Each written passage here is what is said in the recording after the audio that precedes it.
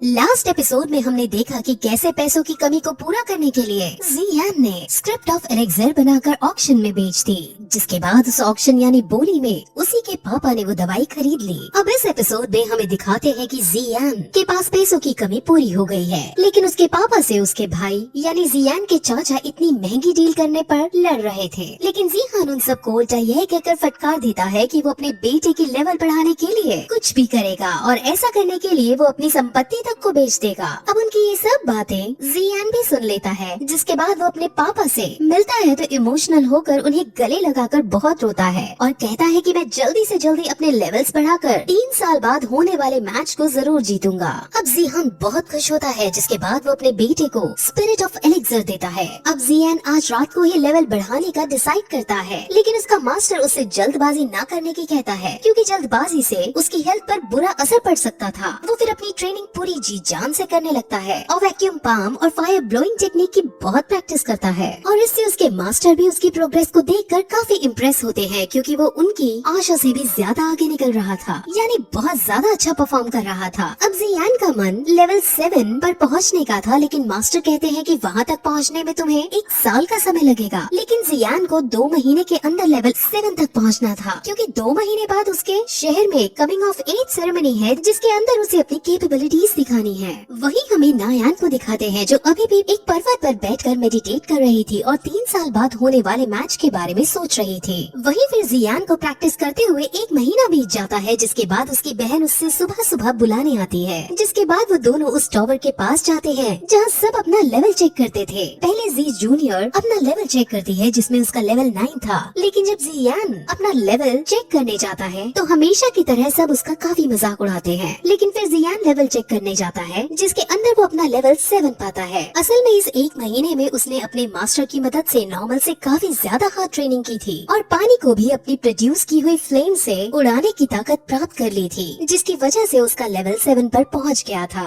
अब जियान vacuum palm और fire produce करने में एक्सपर्ट हो चुका था। अब ये देखकर सब काफी शौक होते हैं और उसकी तारीफ करने लगते हैं। वहाँ एक लड़की जिसका नाम जीमाई है, वो भी अब जियान के साथ मिलकर प्रैक्टिस करना चाहती थी, जिसके बारे में वो जियान से पूछती भी है, लेकिन जी जूनियर उसे साफ मना कर देती है। अब जियान के पापा यानी जिहान की भी काफी तारीफ होने लगती है। वहीं दूसरी तरफ ये खबर जियाली भी हाउस के हेड तक पहुंचती है, जहां वो काफी ज्यादा उफान जाता है। लेकिन फिर उसका बेटा उसको इविल स्माइल देता हुआ एक प्लान बताता है कि 1 महीने बाद कमिंग ऑफ एज सेरेमनी जाएंगे और उसके अंदर में उसकी कमजोरी का पता लगा लेंगे और उसको आसानी से हराने में सक्षम हो जाएंगे। वहीं फिर 1 महीने बाद अब सेरेमनी स्टार्ट होती है, जिसके अंदर जियान को रिंग के अंदर बुलाया जाता है और अनाउंसमेंट की जाती है कि कोई भी जिसका लेवल 9 या 9 से नीचे हो वो जियान को चुनौती दे सकता है। जिस पर अब जीनिंग उसके सामने आता है और उससे लड़ने लगता है। जीनिंग वही है जो हमेशा से जियान को परेशान करता था और जिसके पिछले एपिसोड में जी जूनियर से ट्रेनिंग फाइट भी हो रही थी। अब उन दोनों में लड़ाई शुरू होती है, जिसमें पहले जियान दोगड़े ही करता है, लेकिन फिर अब उस पर अटैक करना शुरू करता है। जिसके बाद वो फायर ब्लोइंग टेक्निक का यूज कर उस पर एक ही अटैक करता है और उसी से जीनिंग हार जाता है। अब जीनिंग को बहुत गुस्सा आता है, क्योंकि लेवल 8 होने के बावजूद वो लेवल 7 वाले से हार गया था। लेकिन अब इस मैच में जियान ने क्योंकि अपनी फुल स्ट्रेंथ का प्रदर्शन दिया था और स्पिरिट ऑफ एलेक्जेर भी अब अपना असर दिखाना शुरू कर गई थी, इसीलिए अब उसका लेवल वही 7 से 8 पर पहुंच जाता है, यानी वो अब लेवल 8 का योद्धा बन जाता है। जिसके बाद जीनिंग गुस्से में आप पीछे से उस पर वार करने आता है, लेकिन जियान इस बार फायर ब्लोइंग और वैक्यूम पंप दोनों का एक साथ यूज करते हुए उसे बहुत दूर फेंक देता है, जिससे वो बहुत घायल हो जाता है। वहीं जिया लीबी भी मौजूद था, जहां वो अब अपने इविल प्लान को अंजाम देता है और उसे चुपके से एक हाईली कल्टिवेटेड मेडिसिन दे देता है, जिससे वो इंस्टेंट बहुत ज्यादा शक्तिशाली बन जाता है, यानी उसकी स्ट्रेंथ काफी ज्यादा बढ़ जाती है। सभी लोग उसको देख समझ जाते हैं कि इसने ऐसी दवाई खाई है जो उनके शहर में बैन है। वो उसको रोकने की भी कोशिश करते हैं, लेकिन जीनिंग के ऊपर गुस्सा सवार था, जिसके बाद वो सीधे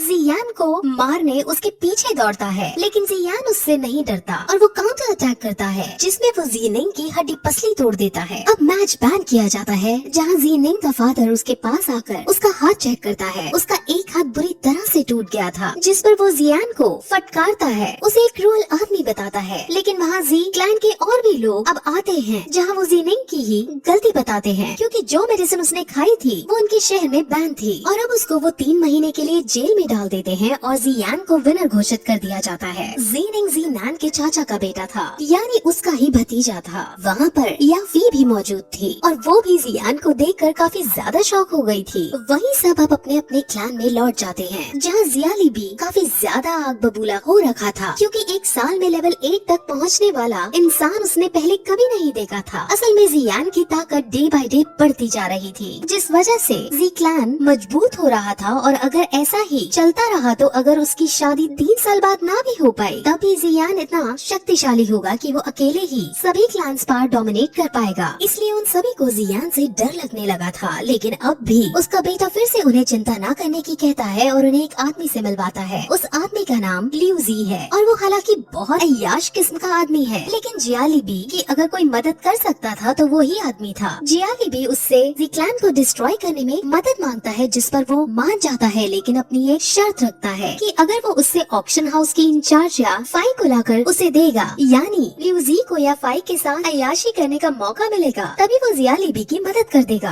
अब जियाली भी के पास और कोई चारा नहीं था, इसलिए वो मान जाता है। वहीं हमें फिर जियान को दिखाते हैं जो बाजार में घूमते हुए अपनी बहन के साथ कई तरह की और टेक्निक पर डिस्कस कर रहा था, लेकिन वहाँ वो अपने आसपास ये नोटिस करते हैं कि आज की मार्केट अलग है। वहाँ जब वो इसका पता लगाने की कोशिश करते हैं तो उन्हें पता चलता है कि जियाली बी हाउस ने मार्केट को खरीद कर उनका दाम सस्ता कर दिया है, जिसकी वजह से जी क्लैन की मार्केट पूरी तरह से बंद होने के कगार पर आ गई है। जिस पर अब जियान इसका कोई न कोई सोल्यूशन निकालने का डिसाइड करता है और ऑक्शन हाउस में जाकर याफी से मिलता है, जहाँ वो उसे एक मेडिसिन फॉर्मूला देता है। वो मेडिसिन फॉर्मूला ब्लीडिंग वुंड्स को क्लॉट करने का था। असल में जिस चीज से जियाली बी ने मार्केट को अपने अंडर कर लिया था वो एक रिजेन्युएशन पाउडर था, जिसका दाम बहुत सस्ता और असर बहुत तगड़ा वाला था। इसके लिए जियान बेस बदलकर रिजेन्युएशन पाउडर से भी अच्छी मेडिसिन का फॉर्मूला ऑक्शन हाउस में लेकर लाया था, ताकि वो यहाँ इसको बनाने के इंग्रेडिएंट्स हासिल कर सके और जी क्लैन फिर से अपनी मार्केट हासिल कर सके। अब याफी उसको इस मेडिसिन को बनाने के लिए इंग्रेडिएंट्स देने से मना कर देता है, क्योंकि वो जियाली बी के साथ किसी तरह का पंगा नहीं लेना चाहती थी। वो बात कर ही रही होती है कि अचानक वहाँ बहुत सारे सैनिक आकर उन पर हमला करने लगते हैं, लेकिन जियान उन सबको अपने एक ही हाथ से वैक्यूम पंप टेक्निक का यूज करते हुए सबको मारकर सबको हरा देता है। अब याफी एक सैनिक से पूछती है कि तुम्हें किसने और क्यों भेजा है, जिस पर सैनिक बता देता है कि उसको लिू जी ने तुमको किडनैप करने के लिए भेजा है, ताकि वो तुम्हारे साथ अय्याशी कर सके। अब ये सुन याफी को काफी गुस्सा आता है और वो सैनिक को चांटे मार मार कर भगा देती है और जियान का धन्यवाद करती है। वो उससे काफी ज्यादा इम्प्रेस हो जाती है, जिसके बाद वो उसे सारे इंग्रेडिएंट्स दे देती है,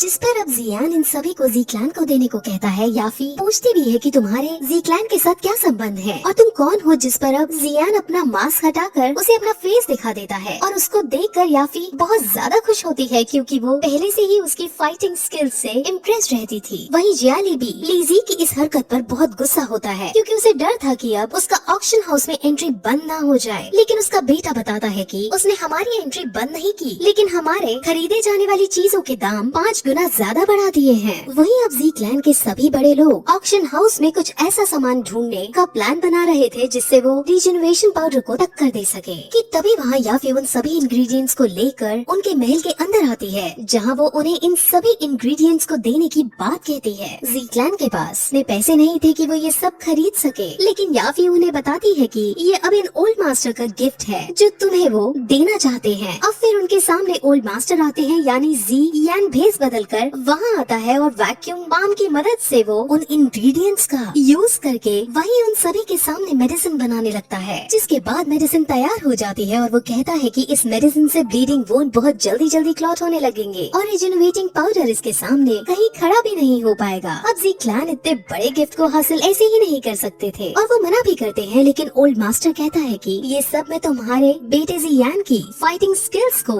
देखकर यानी उससे इम्प्रेस होकर दे रहा हूँ। और ये सब कहकर याफी और ओल्ड मास्टर दोनों वहाँ से चले जाते हैं। याफी रास्ते में उसे समझाती भी है कि जियाली बी से तुम्हें थोड़ा बचकर रहना पड़ेगा, लेकिन जियाली बी से कोई डर नहीं था। और इसी के साथ ये एपिसोड भी यहीं खत्म हो जाता है।